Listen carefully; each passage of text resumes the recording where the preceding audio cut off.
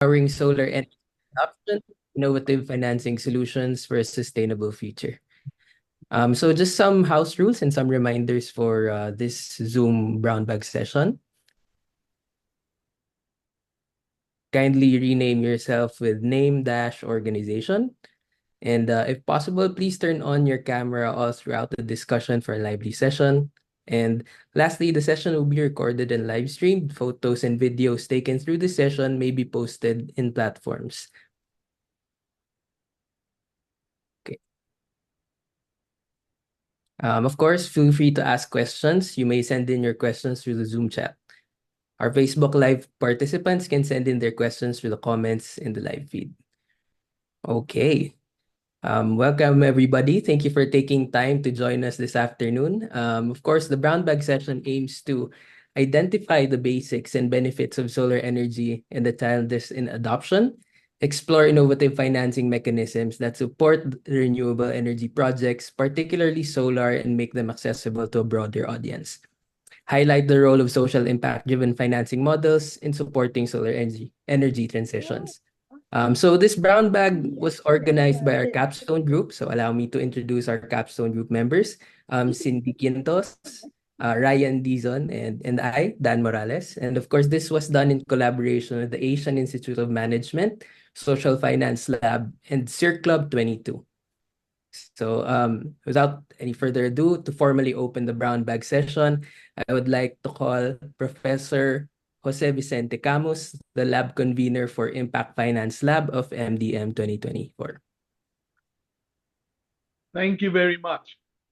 Good afternoon, everyone, and welcome to the forum titled Empowering Social Energy Adoption, Innovative Financing Solutions for a Sustainable Future. It's truly an honor to have such esteemed panel members with us today. Mr. Charlie Aiko, Mr. Roberto Julian, and Ms. Nikki Along, who bring deep expertise and wealth of experience in renewable energy, finance, and community development.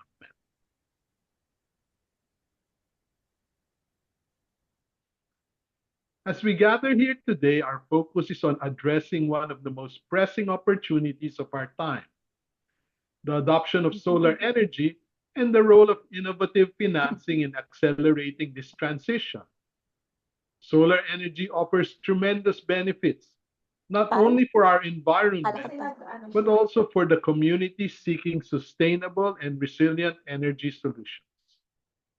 However, despite its promise, significant challenges remain in achieving widespread adoption, ranging from high upfront costs to financing barriers and limited awareness. Throughout this forum, we will explore how innovative financing mechanisms can break these barriers and make solar energy accessible to all, especially in underserved areas. Our esteemed panelists will share insights and real-world examples of how financial innovation can play a crucial role in reshaping our energy landscape. By the end of our session today, I hope each one of us leaves with a clearer understanding of how we can contribute to scaling solar energy adoption and the transformative power of impact-driven financing solutions. Thank you once again for joining us. I look forward to a vibrant discussion and to collectively shaping the path to a sustainable future. May we all have a wonderful, great forum. Thank you, Prof. Joey, for the wonderful opening message. To move to the next part of our program, allow me to introduce this afternoon's distinguished panelists with a combined experience spanning decades. I am confident that we will be gaining valuable insights from them this afternoon. So for our first panel, Mr. Roberto C. Julian, renewable energy consultant. He has been working in finance since 1978, in energy since 1992, and in renewable energy since 1995. Our next panelist, Ms. Nikki M. Along, Mindanao Area Manager for the Peace and Equity Foundation, Incorporated. Ms. Along has a 20-year experience in program management, proposal development, business development, and management, with 9 years of experience in development work. For a third panelist, Sir Charlie Aiko, Chairman and President, WeGen Energy Philippines. Charlie Aiko was an assistant professor of Ateneo de Manila University until 1986 when he joined politics and became mayor of his hometown in Sevilla, Bohol, one of the youngest mayors after the EDSA revolution. After his short stint in politics, he moved to the NGO sector and spent many years with Habitat for Humanity Asia Pacific, developing and overseeing its country programs. He became the CEO of Habitat for Humanity Philippines until 2017, when he moved to the energy sector and joined WeGen Energy Philippines, where he later became chairman and president of WeGen Energy Philippines and its subsidiaries until the present. He is also the president of the Center for Empowerment, Innovation, and Training on Renewable Energy, also known as CENTER, a not-for-profit association of RE advocates pursuing full deployment of RE in the country. He is a proponent of distributed energy resources anchored on rooftop solar PV systems. Charlie Aiko holds the following academic degrees: A.B. Philosophy cum laude from the Immaculate Heart of Mary Seminary, Master's in Theology and PhD in Social Psychology at Ateneo de Manila University, Master in Development Management with distinction from the Asian Institute of Management. To moderate the panel session, let me call on my capstone groupmate, Ryan Dizon. Take it away, Ryan. Thank you, Dan. And good afternoon, and thank you everyone for attending this session. We really appreciate your presence here, to our panelists, to our advisors, and to our guests.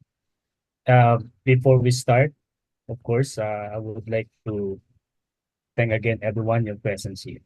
So for this afternoon, it's all about empowering solar energy adoption, innovation, financing solutions for a sustainable future.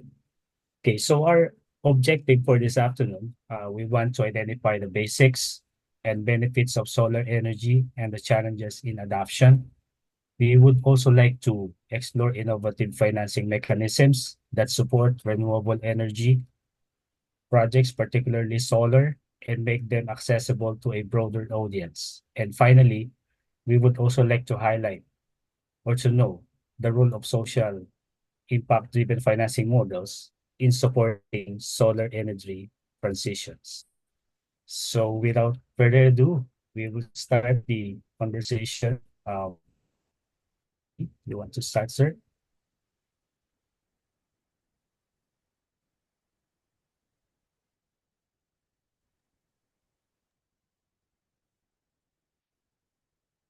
Sino mauna? Sir Shelly, you can start, sir. Oh, okay. I'm sorry. First of all, I'm very sorry kasi when I was informed, okay, there's a brown bag meeting, so I asked her, what's that? It's just an informal discussion. So I told the organizers, Cindy and Brian, unfortunately, I will be on a company outing in Zambales. So I'm just here in t-shirt. So sorry. So they're there in the pool. Malis lang ko doon. Anyway, thank you for this opportunity. Now, I would like to commend you for organizing this event because this is very important. Siguro, before there were guide questions that we had, but this is my context, the innovation in renewable energy is happening, I think, in two areas. One is source of fuel. It is the replacement from fossil fuel to renewable energy, which is very clear. No, it could be solar, wind, geothermal, so biomass. So in other words, it's just okay. Let's do away with coal and then let's use, renewable sources of power like solar. But the second major innovation or transition that I am seeing is the structure of the industry itself, because traditionally the way the energy industry is set up has not changed for maybe a century, meaning it is a centralized energy generation and then transmitting that energy through large cables, what we call the transmission lines, and it is received by electric utilities, the distribution companies like Meralco or the Electric Cooperative, which in turns have their own distribution lines and connected to the consumer. That has been the structure. So when we talk about transition, one way of looking at it is we keep the same structure and then just transition the fuel from fossil fuel to renewable energy. But the other major transition that I am seeing now is where electricity is being produced and how is it delivered to the consumers. Because before, as I have said, for example, I always use this as an example, Angat Dam. Angat Dam is always in Bulacan. You cannot move that, no? But right now, because of technology, you can already produce electricity at your rooftop, okay? And then deliver it direct to the consumers. When you think of a large solar farm, it is an approach in which you keep the structure of the industry in a status quo, but just replace the fuel. Because the structure is the same. Generation, transmission, distribution. You just put solar farms there. But the other way is distributed energy, meaning don't talk about large solar farms. We have so many rooftops. Why don't you put in? So it is a similar transition from mass media to social media. Whereas before there is a centralized source of information, now everybody can generate information and share it to the public. So that is the first thing. So when you ask, for example, what kind of innovation, what prevents it from going to be adapted more widely? One is, if you go to the masses, to the provinces, there is very little, I would say, informed or a higher level information. They know what is solar. They have heard what is solar. They see pictures of what is solar, but they don't know the mechanics of how it works. And that is the basic problem. In other words, they are not at the level that they can make an informed decision whether to buy solar or not. Ang naririnig lang nila, mahal. Of course, mahal. Just like ang motor, mahal kung bayaran mo ng cash. Kahit kotse, napakamahal kung bayaran mo ng cash. Pero kung merong financing, hindi. So, I'm looking at that perspective. Siguro that's just my opening statement. I would like to hear the others too, and then we can have the conversation. Thank you. Okay. Thank you, Sir Charlie. Sir Rafi. Thank you, Charlie. I'd like to build on what Charlie said. No, first of all, if we're talking about energy transitions, we're actually going into a second transition because the very first transition was, let's say, it was with Thomas Edison. The Pearl Street generation plant only covered a very, very small part of downtown New York, around the Wall Street area. It just got expanded. Second, solar energy has been around forever. It's only recently that we've been able to convert it into electricity efficiently. Okay, so there are two issues. One, as Charlie rightly pointed out, is solar energy being adopted? Yes. In fact, the Philippines is competing with the largest solar farms in the world. The 3.5 gigawatt of what was then, I think it's SNPEC now. Okay. The second issue is, so there's no problem with solar, but it's on the grid, and the way it's delivered is through the grid. The second one is, how about those who are not on the grid, which there are many? Okay, how do we get solar to them? Okay, certainly not to the grid. Okay? And Charlie rightly pointed out that rooftops are the most obvious things, and you see solar panels on rooftops in the city. There are many of them. Okay, these are basically working with the utility. Okay, it's called a hybrid arrangement. So when the solar is generating, you pull less from Meralco, from your utility. When it's not, it's Meralco. And the off-grid areas, the areas without the grids, has a different situation. Now, the value of solar in this situation is that it is scalable almost infinitely. If you remember, you can get solar in your watch, in your calculators, your very early calculators. Now we're seeing solar at 3.5 gigawatts. 3.5 gigawatts is at least 3,500 hectares. Okay, so you have an idea now of the scalability of solar. Now, how do we finance it? There seems to be no problem financing on-grid solar. In fact, there's too much money in that area. Too much money that the competition is that it's driving down yield rates for the investors. Okay. The problem now is how do we finance solar on these off-grid areas? Well, for one thing, they're normally remote in rural areas. Another thing, they're poor. If, for instance, like Charlie rightly said, the upfront costs are high. Of course they are. But think about this. If you were to, what we're paying for in our electricity right now is not just generation. You will notice there is transmission, there is distribution, there is taxes, there's everything. So in effect, we are amortizing the grid as well, not just buying the power. Okay. And for those of us who wonder why we have higher rates at the residential level than in commercial, big commercial, it's because it takes a lot more fixed assets to get the power to the residential level.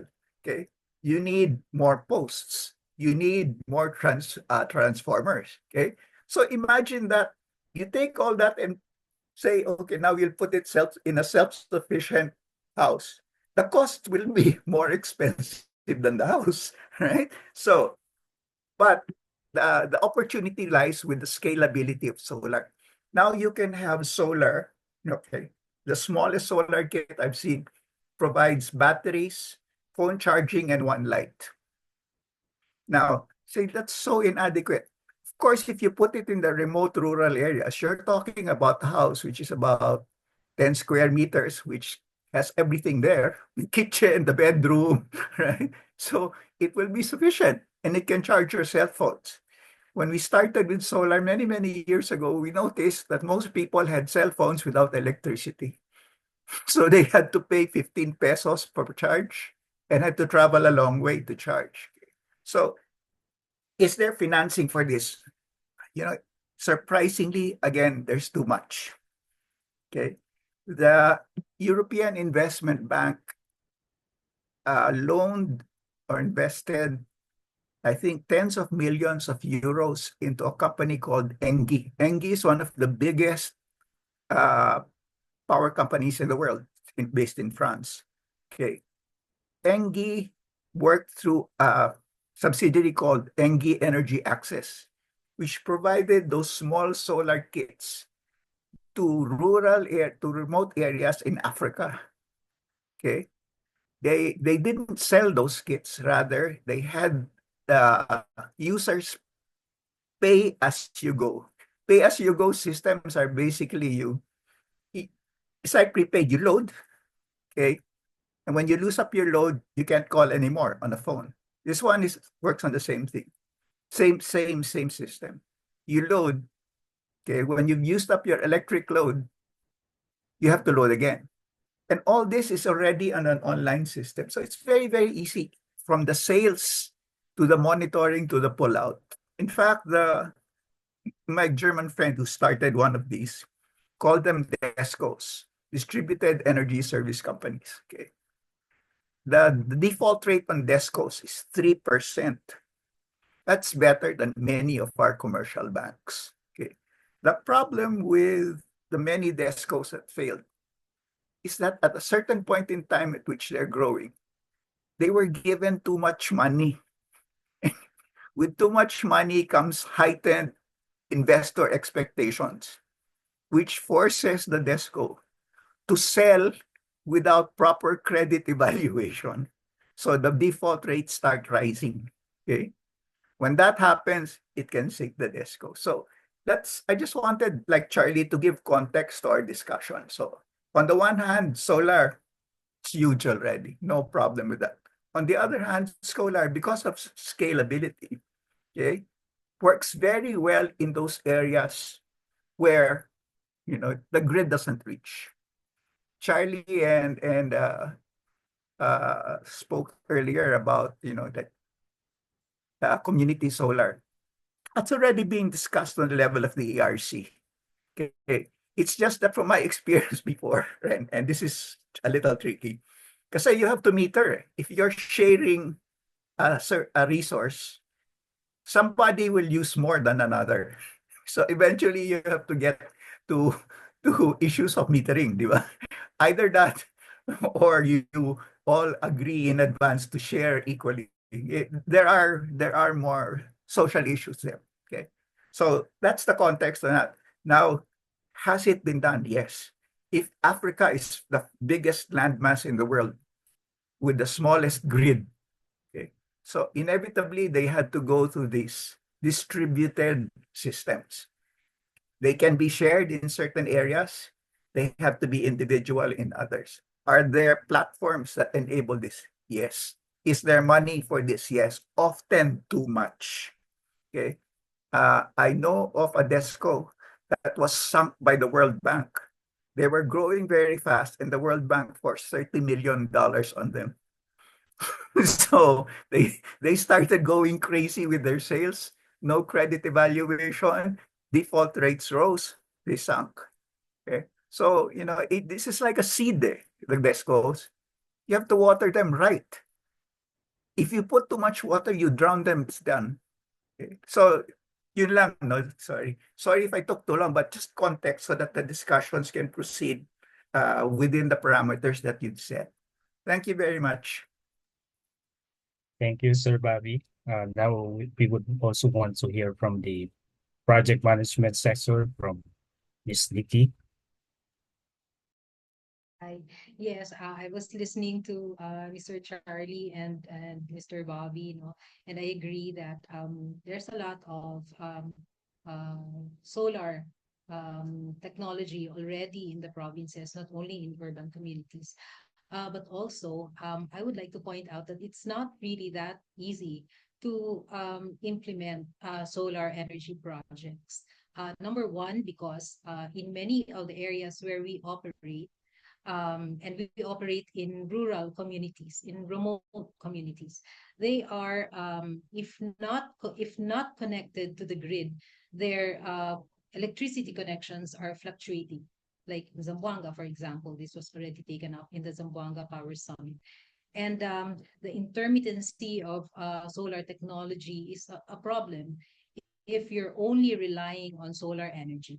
So that's one. And number two, um, solar power, often they struggle to handle the initial spike in electricity. So when you turn on the device or the machine, problema yon, hindi niya kaya. So but they can, what we actually propose is that we tie it to the grid, or we pair it with generators. Hindi naman solar yon. So that's also one problem in promoting solar technology. But also another challenge is that the local skills are not often developed for solar technology. There needs to be skills development at the local level so that they can operate the machines and maintain the machines. And also, one last challenge that we're encountering in our project is the lack of LGU involvement, particularly for remote communities, because remote communities, they need sustainability, and it needs LGU commitments to sustain these projects, because the community may not be able to afford the technology themselves, especially for enterprise use, not for household use. For household use, we've done that also. We've had, I think, 2 projects with PEF where solar home units were distributed to households in Region 12 and in other areas in Mindanao. And that has worked so far. But for enterprises, processing agricultural commodities, it can still be a problem. So in terms of affordability, where we offer blended financing, and also concessional loans and grants for social enterprises and cooperatives that are implementing renewable energy projects. What we basically want to do is demonstrate the viability of renewable energy, particularly solar, because it's most widely used. But in order to do that, we also have to address at the same time all of the challenges that I mentioned earlier.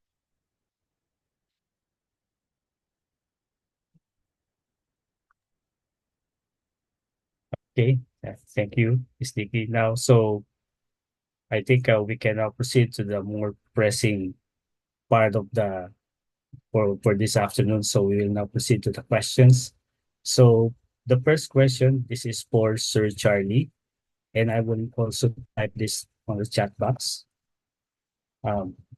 So for Sir Charlie, what are the most significant barriers you see in the widespread adoption of solar energy at the provincial level in the Philippines?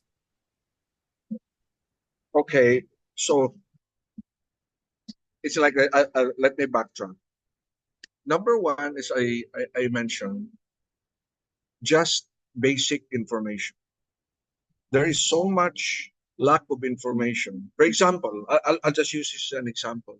We installed some solar grid tie without battery to some churches, and we oriented the priests, as supposedly these are educated, the priests. And then after that, we installed in some dioceses. But after that, we realized that still some of them didn't understand that if you have a grid tie system without battery, if there is a brownout from the local electric cooperative, the grid tie system will not work. And the reason is so that the linemen of the electric cooperative will not be electrocuted while they are repairing the system. So that is just a very simple. So people have a general knowledge about solar, but once they're interested, the first problem that they face is who should they approach within their province or within their city? Sino ba ang nakakaalam dito? Ano ba yung mga negosyante? Because most of them, there are some installers. Now, let us assume that there are some installers within the locality. Ang next question nila after they ask a question is, ay, mahal pala. Bakit? Because to install like 1 kilowatt, that would be, depending on the type of system, that would be between 60 to maybe as high as 80,000, depending on anong quality. That's only 1,000 watts, ha? 2 panels lang yun. So, kung sabihan mo sila, mag-cash ka, ay wala akong pang-cash ng 80,000. Lalo na kung they need more. Because usually, the rule of thumb is, for every 1,000 that you are paying either to Meralco, to the electric cooperative, that is equivalent to 1 kilowatt. So if you are spending 3,000 in electricity, kailangan mo to produce the equivalent kilowatt hours. You need 3 kilowatt peak of solar, even without battery. At 70,000, that's already 210,000. Sino namang magbigay, no? So, ang kailangan, and I've been reflecting on this, sabi ko ba, bakit pa biglang dumami yung motor ng Pilipinas? Kasi there came a time when marami nang nag-finance, 1,500 lang. Yung isang motor kasi is parang 60,000, parang 1 kilowatt lang yan. And then your down payment is 1,500 and then tingi-tingi. So, in other words, yung delivery mechanism of the product, umabot na doon. So, that's what I see. So, anong solusyon? Ang nakita ko is like if there are groups, chamber of commerce, whatever, NGOs, na kahit mag-conduct ng bayan-bayan nationwide, just a seminar, an information seminar of how it works so that you remove yung mga misconceptions about solar and then they get to understand and then finally we can lead them. Now, as Bobby mentioned, maraming pera for solar, but if you are utility scale, meaning malakihan na project, 100 megawatts, multi-million projects. Pero kung manghihiram ka na magpa-install ka ng 2 kilowatts sa bahay mo, ang hirap manghiram. We just had a partnership with Sterling Bank and they offered us na walang collateral, palang personal loan sa mga customer namin, pero they're payable in 36 months. But their interest is 18% per annum, straight, no? Affordable for some, but for most, hindi. Meron pang 20% down payment yan. And I have been talking to these banks. I said, you already have the financial product, which is a personal loan, na wala kayong collateral niyan. The problem is you are not hitting the sweet spot. Kasi ang sweet spot niyan is around 5 years ang payment. Kasi kung 5 years, halos yung savings mo from electricity would be more or less almost enough to pay for your bank loan. Bababayaran mo. And then in the long term, the system will provide you with electricity. Na ano. So, the other question is, okay, bakit ba gusto natin na mag-solar yung mga tao? Ano ba problema ang sinusolve natin? Ang nakita ko kasing problema is napakamahal ng kuryente. So it's not only yung mga off-grid areas, their problem is access. No? Kahit mahal yung kuryente, as long as meron, okay na yon. Pero tayo na who are living in the grid, ang problema natin is presyo ng kuryente. Kasi the price of electricity is not within your control. Kung sabihin ng Meralco na 12 pesos per kilowatt hour, bayad ka. Kung 15 per kilowatt hour, bayad ka. Otherwise, puputulan ka. Okay? Now, the advantage of solar, ganito lang yun so that you will have an understanding. 1,000 watts or 1 kilowatt on average will produce at least mga 4 kilowatt hours a day. Kung ang Meralco will charge you 12 pesos per kilowatt hour, that's 48 pesos a day. Okay? If you have your own solar, if you divide all your costs in 25 years, ang cost mo dyan is nasa mga 2 to 250 pesos lang. So, you multiply your 4 times 2 or even times 3, it's 12 pesos against 48. Ganun yung economics niya. But the problem is, how do you help the customer buy that gadget? Kasi nga, the electricity from the sun is free. Parang isda sa dagat, libre. Ang problema, you have to buy a fishing boat. No? So how are you going to finance that? So my first is, let's convince the formal financial institutions to tweak a little on the financial product which they already have. I-extend lang yung repayment. Parang yung mga magbili ka ngayon ng kotse. Very common yung 5 years to pay. In other countries, I work in Thailand, it was 7 years to pay. Better yun. And then the second one is, for the poorest of the poor, yung si Doc Elmer nagtanong kanina, we have to find ways na maybe even to subsidize some of that kahit interest subsidy lang. Okay. So yun lang ang masasabi. All right. Thank you, Sir Charlie. So we will first proceed to the questions from the chat box. This is from one of our classmates, Joe Manalo. So anybody from our panelists can answer this. So the question is, how can we address the lack of consolidated resources for rooftop solar, especially maintenance and supply chain? And then do we need to tap DOE to come up with a more programmatic approach to encourage RT solar? So anyone from the panelists can answer the questions. Yeah, I'll take it. Yeah, thank you, sir. Without meaning to be facetious, sometimes DOE is one of your stumbling blocks in solar. The regulatory agencies. For instance, I'll give an example. Until recently, so the Energy Regulatory Commission considered solar rooftops almost on the same level of a big coal power plant in terms of the registrations you had to do. That has since eased, but that was for a very long time coming from the old EPIRA law. No? So sometimes it works, sometimes it doesn't. It's just that all regulations really follows what first happens. Now, you cannot get a rule if there's no game. The question was how to consolidate it, and I pick up from what Charlie said. First of all, there's a financing. No? This is strange because you have financing tama at the large scale, and then you have financing, although not much here in the Philippines, for the poorest of the poor, di ba? But for the middle ground, those who want to, in the urban areas, who want to save on electricity, there's no bank financing. Considering, and like Charlie, I've spoken to many friends in banks about this. You know, a solar system on a rooftop in many countries is financed together with the house. You know, and in many cases, the solar system on the roof lasts longer than the roof. Okay? It's more sturdy. And there are other benefits. For instance, if you fill your roof with solar systems, you'll find that the temperature underneath it is greatly decreased, almost by 4 degrees.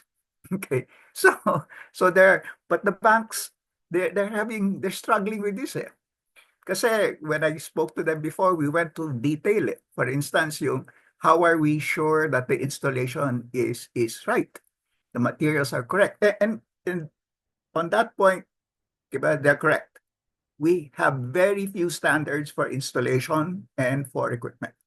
In other countries like Australia or Japan, you have to register the equipment in a central base, and all the installers have to be accredited and trained. They must pass a credential training course and tested. Okay, here, maybe the guy on your roof is the guy who's doing your electric fan outside your subdivision, you know. So that's another. The other is yung foreclosure. What do they do if they have to foreclose? Your foreclosure of a solar panel is not easy. You will have to take out part of the roof to do it. So that's another problem. But the truth is, if you think about it, lending to a solar system on a rooftop is far, far safer than lending on an automobile. An automobile can crash, right? What can happen to your solar rooftop except a plane dropping on it? So yun nga, again, like Charlie said, you know, we slowly have to get to that, but it seems that we're much too slow in getting to it because there are models for this already in other countries. So going back to consolidated supply chains and all that, no problem getting all the equipment we need. The Chinese are dumping like crazy. Of course, you just have to choose the right ones. You have the inverters, you have the modules, you have the mounting systems. Financing for that middle portion and for the lower, you know, for the middle, it's absent. For the lower, it's inadequate. Okay. Again, I think the social organization has to develop further in order to absorb more of the capital. But it's not a business that many are that interested in doing. In Africa, it's far more advanced because they have no choice. The grid, they realize that the grid will never get to them. Here, we're being fed with promises that it will eventually get to them. Maybe, but then that's a promise. Okay. Now, as to the installation itself, that's another problem. And I think maybe Charlie has also met with this same problem. You know, the installers, they have to know what they're doing. Okay. A wrong installation can burn a house. It can. That's why in the US, normally these standards are set by the Fire Protection Agency, okay? Because that's the greatest risk. So, you know, it's like so that I guess that covers the spectrum, okay, of the resources needed to get more solar. For the poorest of the poor, like again, that DESCO model, it's more a selling job because the equipment, it's fairly easy to repair. Okay? In fact, I'm very happy that many have learned to repair it on their own. We're going back to a time when you can actually repair things instead of replace them. So that I think in a nutshell is what I think the resources, how you can put all the resources together. Certainly, there are holes, huge gaps. So plug the gaps first, and then see how we go. Ryan, if I may add, no? Yes, sir. So, Yes, sir. okay, this is to connect with what Bobby said. Saan ba ang kulang ngayon? Number one, kulang na kulang tayo ng design engineers, solar design engineers, no?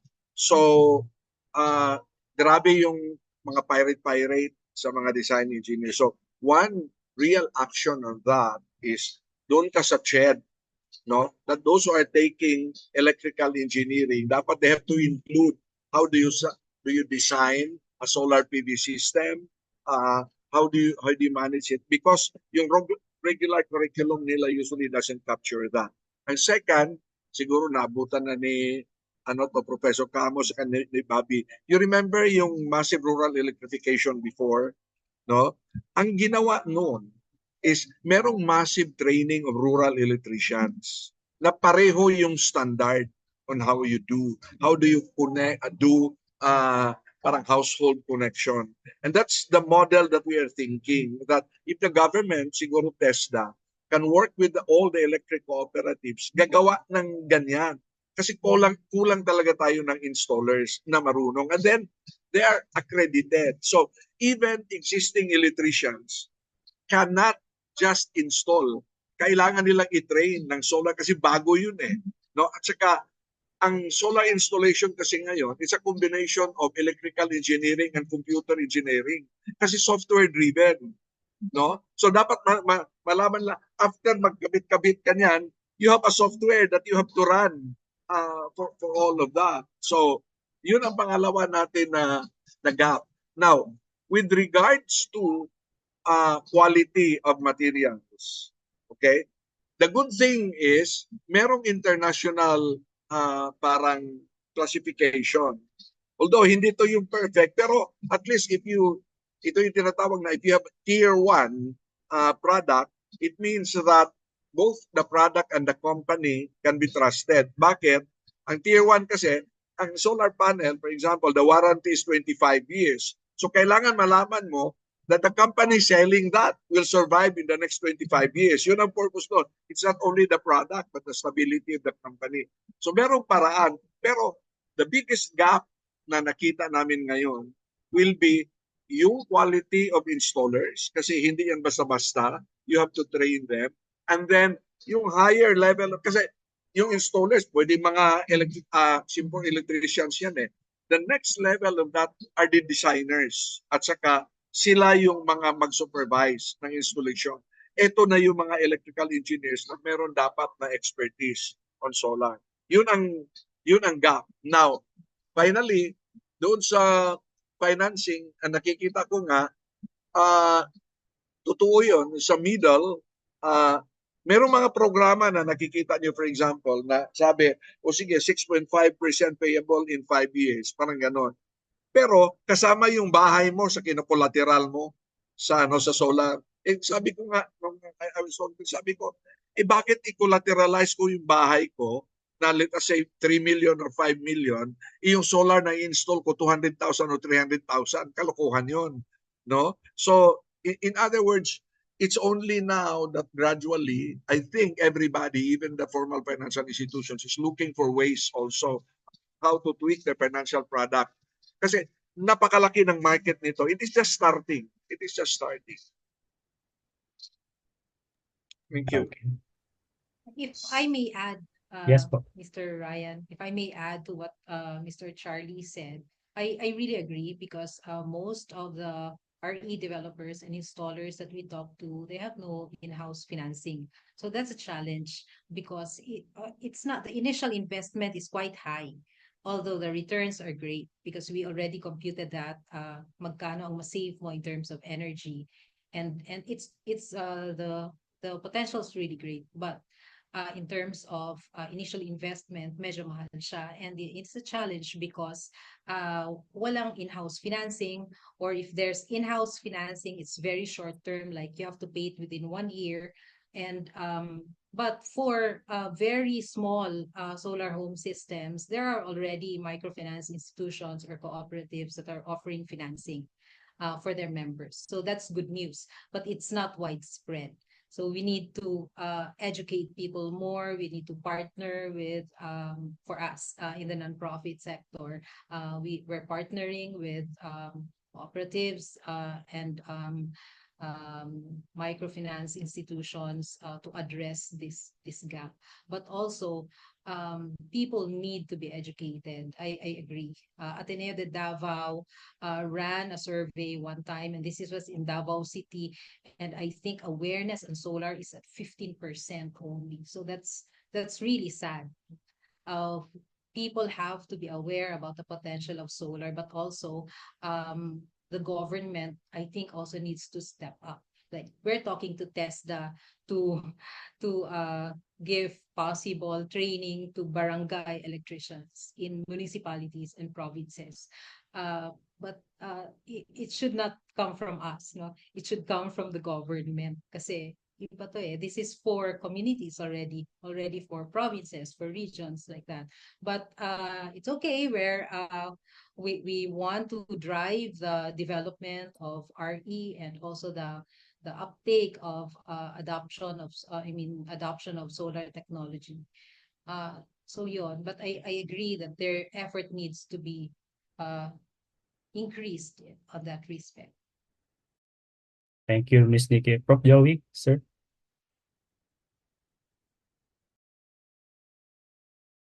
Prof. Joey, you're on mute.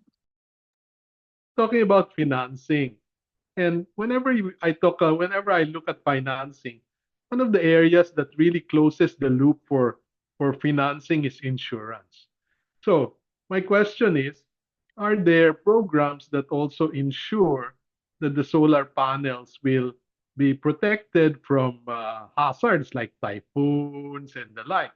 I believe that if this can be built into the program, then the financial institutions will feel more comfortable coming into the mix, because then they don't have you've closed one of the risks that they're facing. So you say 25 years, yes, 25 years for the panel. But what if natamaan yun? Di ba? There's a risk. So that risk needs to be estimated, and if possible, can insurance be provided so that the financial institutions can feel covered? May I take that, Joey? Sure, Yes, sure. there is insurance, Joey, for solar systems on the rooftop. All risk, no problem. The problem is the performance risk, whether in fact it will work. So that has also, and you know, my friends in Lloyd's tried to insure this before by saying, okay, we will insure the fact that it will work for 25 years. But when I talked to them before, there was no real basis for it. You know, going back to what Charlie said earlier, diba? Meron kang tier 1. Tier 1 classification came from Bloomberg New Energy Finance. It's a financial measure of the strength of the company, not really of the product. If you want to know more about the performance of the product, you go to DNV, or there are other groups like let's see, the Renewable Energy Lab in Colorado, okay, National Renew NREL. So they will give you performance metrics. Okay. So insurance, yes, for all risks, natural disasters, even theft. Not that you can easily steal a solar system from a roof, diba? More things can be easily stolen, but diba? It's happened. But yun nga, whether it will work, that goes back to the installer.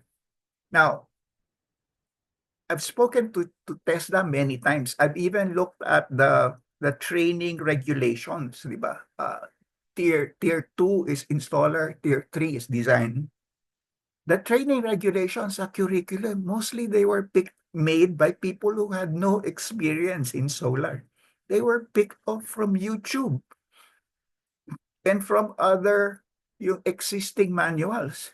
So when I asked, who are these who are going to teach people? Those who are going to teach have no experience. So how are you going to teach, right? You might as well just watch the YouTube video, okay? But when you do that, you have a problem of credentialing. So my friend in Japan, because this was over 25, 30 years ago, the problem with the Japanese is because many of the roofs, they're not all steel like ours. Iba-iba yan. They have so many types of roof. And so many houses burned down. So they needed to train the installers. So he put together a school for credentialed training. Okay. Only one that was accredited by government. So only those who passed through the school could actually install. And then if you graduated, you were part of an association. And the association also set the standards, also bought the equipment. So equipment is expensive, eh? Diba? And then leased it to the installers. To give you an example, diba? If you see an installer on the roof, how did he get there? Okay? Normally, hiniram yung hagdanan nung may-ari ng bahay. How does he stay there? Balance, right? The harnesses that the Japanese use, diba, that are secured very firmly, are about 30,000 pesos each. That's just the harness. Because they're very, very high on occupational safety and health. Diba? So, dito, diba, when you get like, siguro you've seen this, diba? Yung installer nyo, darating naka-tricycle, dala yung panel, naka-shorts, naka-chinelas, akit ang bubong using yung hagdanan mo.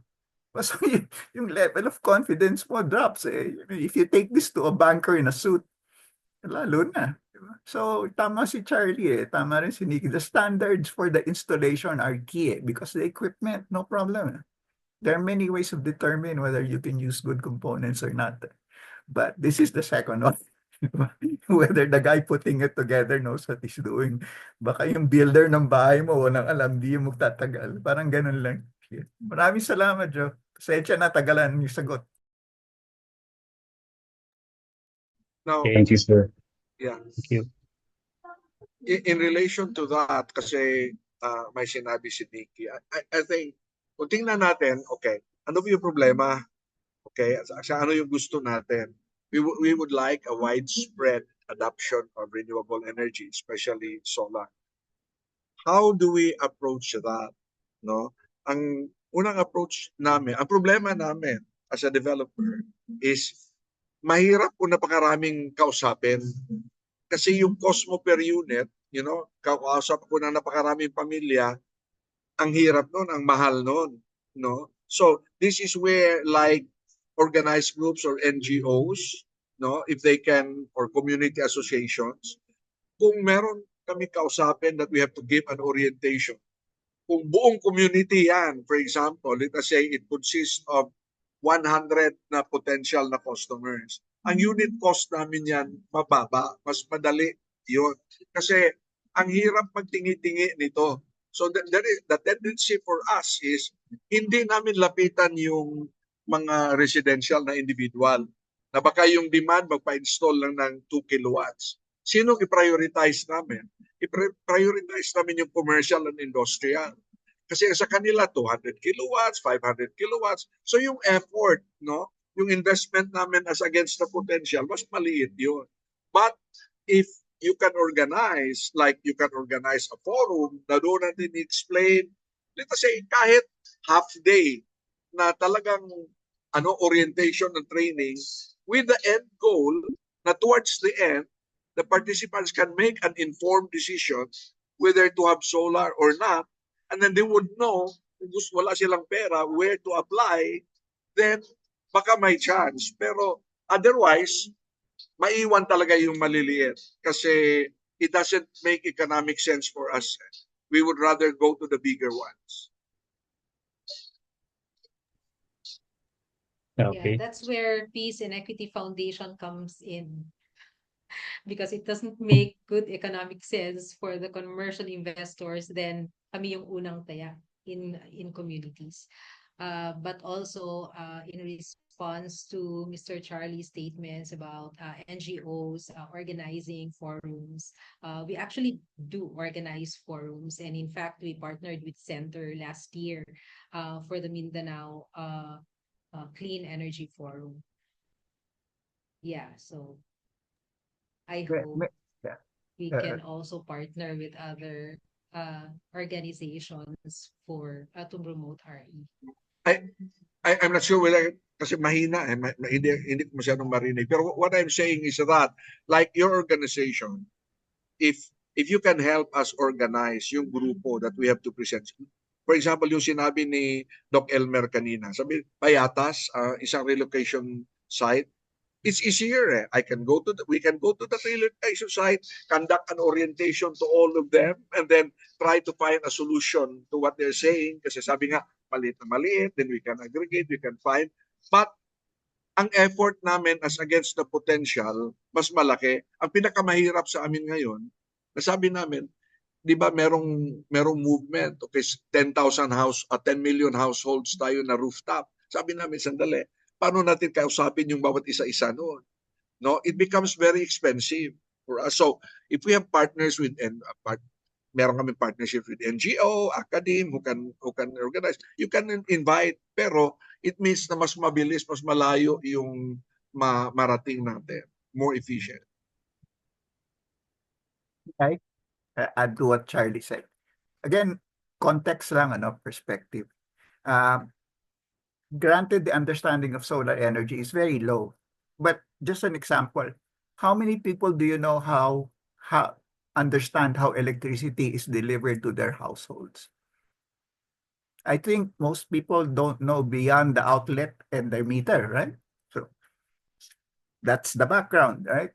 Second, financing. The returns on solar, even at the poorest of the poor level, are very good. Unfortunately, what the financiers don't understand yet, haven't gotten, is the risk part of the risk-return equation. Okay? They don't quite understand the risk. Sabi ko kunyari yung rooftop solar for a house in a subdivision. What can possibly happen to that solar system other than the house burning down or an airplane falling on it, compared to what can happen to his car? Okay? And yet, they can finance a car easily in the blink of an eye, and a solar system will take forever. So again, it's the risk part that we have to work on. The return, they know. Diba? In fact, tama. 25 years is the minimum for a solar panel. I've seen some go 50 years already and still producing something like a little less than 50% of their original rated capacities. Okay? The solar panels are sturdier than your roof because they were meant to be that. Diba? The glass there is meant to absorb heat, hail, everything. Okay? So when in a storm, it will even keep your roof intact because it adds weight. But again, the risk, diba? The risk to the bankers, they don't quite understand. So again, education on the lowest level, the general, the universal is possible. But for financing, boy, we really have to educate these bankers. I've spoken to the DBP and the Land Bank, the Association of Development Finance Association of Asia Pacific, in 1998 about how to finance renewables. And we've gone a long way from there, but it seems they're financing all utility scale. So, it's no different from financing Meralco or First Gen, right? But the smaller ones, again, miss the mark. So, yun lang, again, context. Because then our discussions probably will be more substantive. Thanks. Yeah, thanks everyone. And there's a lot of things that we have heard. And first, I think from the financing budget. And so far, based from what is going on here, we do not have issue in terms of financing. We just need to pick the right funding, where it is going to come, or whether local or in even a foreign investor. However, from the aspect of expertise, especially what was mentioned earlier by Sir Charlie about the expertise from the electricians, I think that from that part we still have that gray area for now. But eventually we're looking maybe in some future time it will be resolved. Now, we would like to connect this next question to Miss Nikki from the social enterprise sector. What roles does community engagement play in the success of renewable energy projects, and how can project managers ensure community buy-in? First of all, we have a process called social preparation. So we talk to the community, we ensure that they understand what the project's all about. We make sure that everybody's involved and there's community buy-in, because buy-in is important. They have to be able to take responsibility for the solar technology. Number two, we partner with local institutions, because the local institutions, they best understand the needs of the community.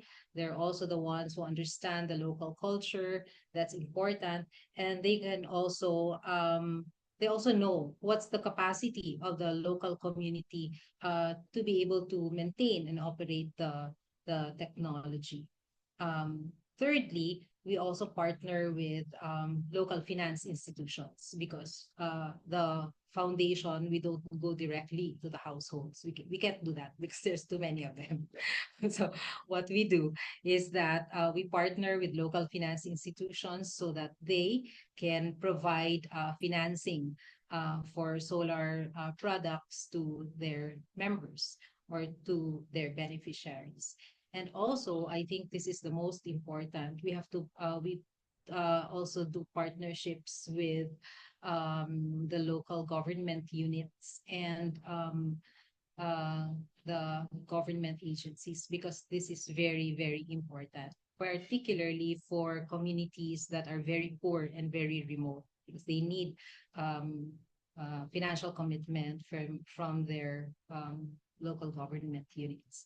What we're trying to do in the community is to build the local ecosystem that can enable the development of renewable energy, yung talagang sustainable adoption ng renewable energy. First, because of course it's renewable, it's inexhaustible, they can source it anytime, but also because they really need the technology. It's not like for us in the cities where we're connected to the grid and minsan lang may brownout doon, they really need the electricity. So that's what we do to ensure community buy-in. May I add to what Yes, sir. Nikki said? Oh, she's right about the most important thing being the local LGUs. Imagine this: if all the LGUs use solar in their municipal buildings, their health facilities, the schools, the fire department, all the municipal facilities had solar, the dissemination of knowledge about solar will be much, much quicker. Because there are examples within the neighborhood, within the locality. Unfortunately,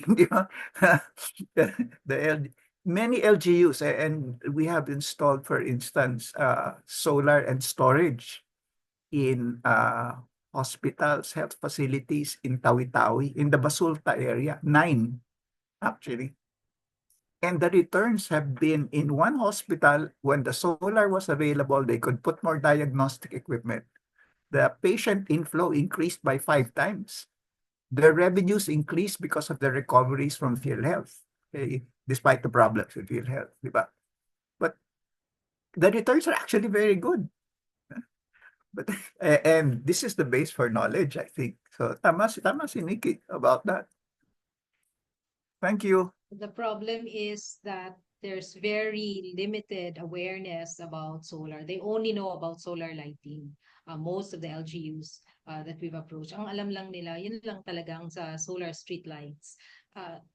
Not much on productive uses of solar technology, which we're really advocating for, because in order for these communities to pay solar home units, they need livelihood. So what we do is also provide assistance to develop their livelihood so that they can pay for the solar home units. But also their enterprises need electricity, and this can be provided through solar technology. Now, again, Nikki, just to give context rin, di ba? Because we've also been working on livelihood, renewable energy powered livelihood, di ba? The fact is, they'll never get on the grid. And if they need power, diba, to create enterprise, but then the cost of the power will be measured against the value increase for the enterprise, diba? The creation and the increase in value. So in many cases, it can be done. Okay. For instance, I remember this in 1996, I think. There was this in Davao solar water pumping project. Okay.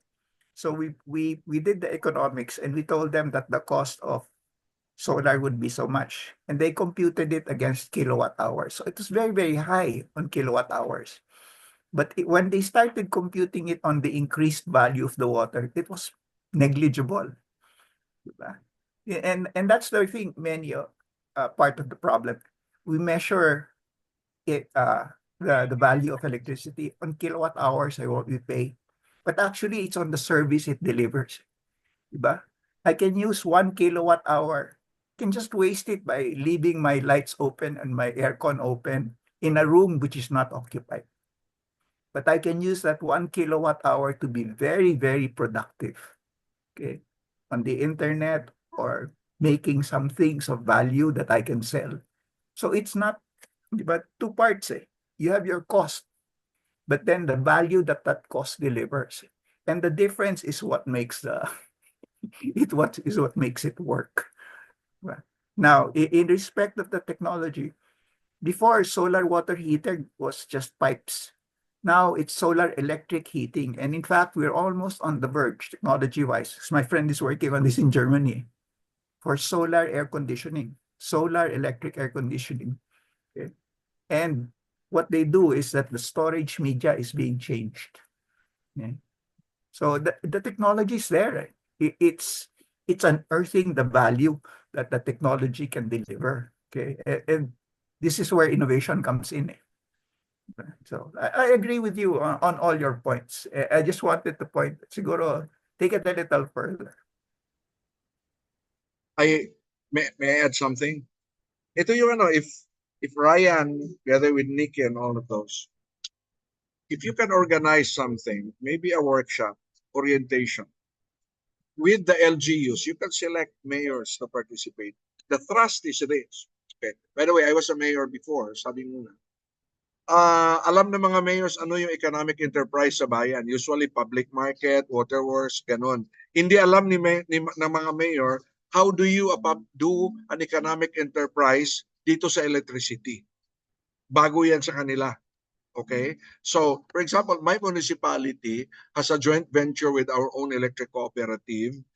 We own 25% of a local hydroelectric plant. And 75% is owned by the electric cooperative. So, we can consider it as an economic enterprise. Pero, ito, what if a mayor would decide to put up its own power plant, renewable energy, in the locality and using the latest, ano ngayon, yung expanded solar, no, expanded rooftop solar. He will utilize lahat ng roof ng mga public school buildings, public market, aggregate all the power, and then create a subsidiary company, a GenCo, and then sell that to the local electric cooperative. So in other words, you are creating a GenCo. Kung they don't know, we are willing to go into a joint venture with them. The point is, it's not necessary that they have to rely to these very large generating corporations. They can create corporations and supply power for their own electric distribution utility from the various municipalities within the area. So kung ganun ang mangyayari, hindi katakot na yung main backbone, yung grid natin ng NGCP, mag-down because you have your local sources of power. Pero it has to be done. Kailangan maintindihan ni Mayor what's the business side of it. No? Na they have to go into an economic enterprise, run professionally, kaya kailangan majority owner ang private sector so that it can act quickly. Minority lang sila, 49% lang sila. Ganon. So if you can organize a forum like that, we can walk them through. Ano yung regulations? Are they allowed to do that? All of that? What's the technical? How are we going to finance this?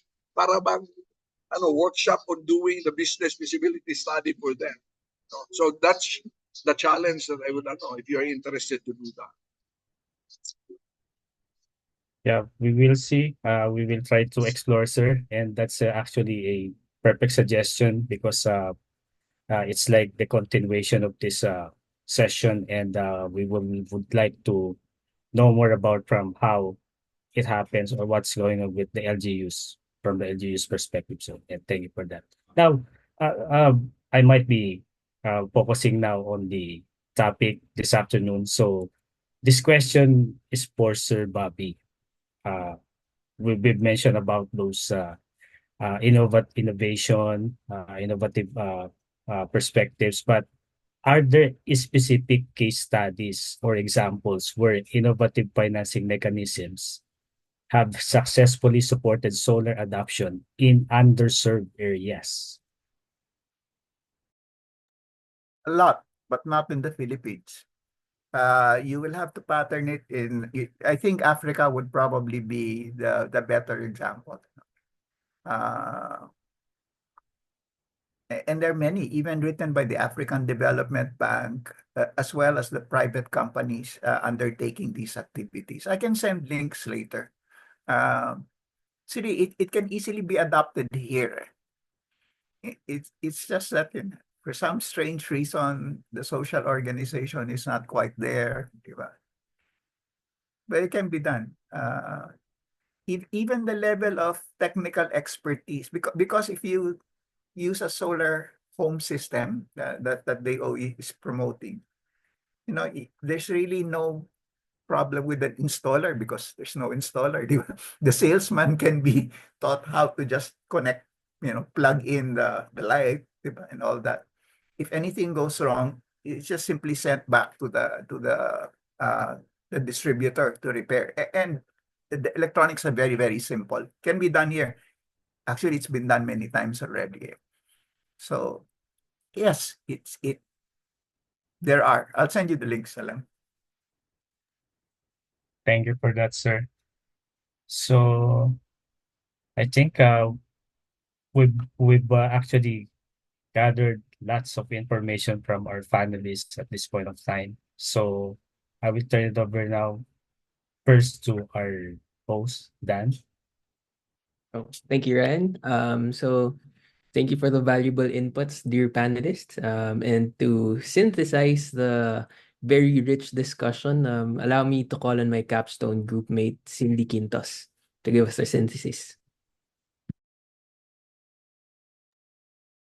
Good afternoon to our panelists and also all the participants. We would like to thank you for the insightful contributions today. As we wrap up our discussion, let's take up a moment to synthesize the key points shared by our esteemed panelists. So, Sir Charlie Aiko highlighted the barriers to solar energy adoption at the provincial level, especially the misconception and lack of awareness about its adoption.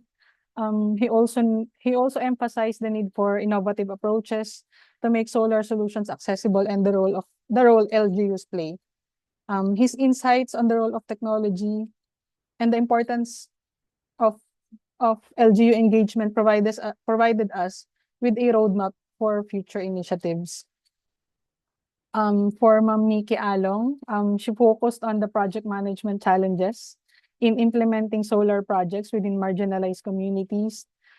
She stressed the significance of long-term sustainability and the critical role of collaboration and community engagement to ensure the success of renewable energy initiatives. For Sir Bobby Julian, he discussed some innovative financing solutions that can drive transition to solar energy. He also discussed some case studies in Africa that illustrate how financial institutions can support community-based projects like the energy transition. His perspective on solar energy as a financially sustainable investment in light of rising energy costs offers a hopeful outlook for the future of renewable energy financing. Together, these discussions highlight the multifaceted approach needed to advance solar energy adoption in the Philippines. By addressing these barriers, leveraging innovative financing, and ensuring community involvement, we can pave the way for a sustainable energy future that benefits every one of us. Thank you to our panelists and to all our participants for your engagement. Thank you, Cindy, for that very comprehensive synthesis. To close the brown bag session, I would like to call on Doc Elmer, the lab manager of Social Finance Lab.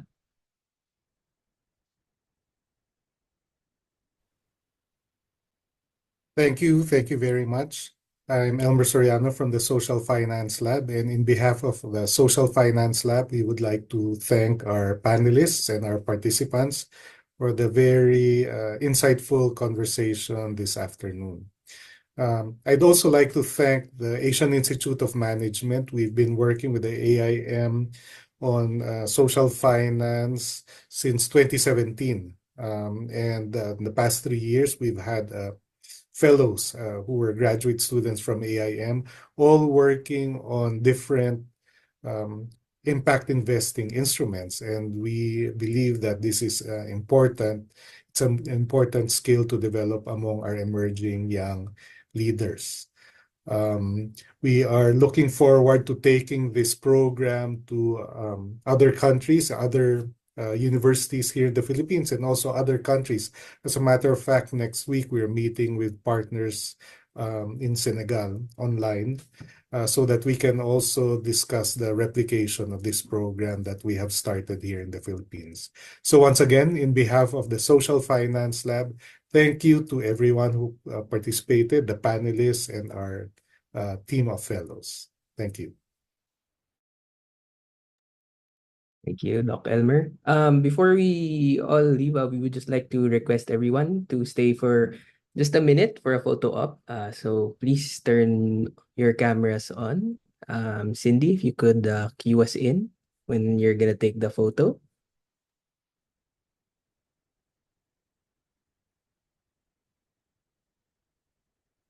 Okay, let's wait for everyone to open their cameras. 1, 2, 3.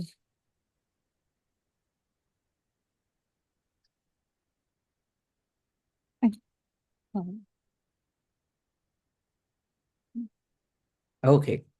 Once again, thank you everyone for tuning in. And of course, our deepest gratitude to our panelists who took time to share their valuable knowledge and insights. And thank you everybody. Have a great day ahead. Maraming salamat po.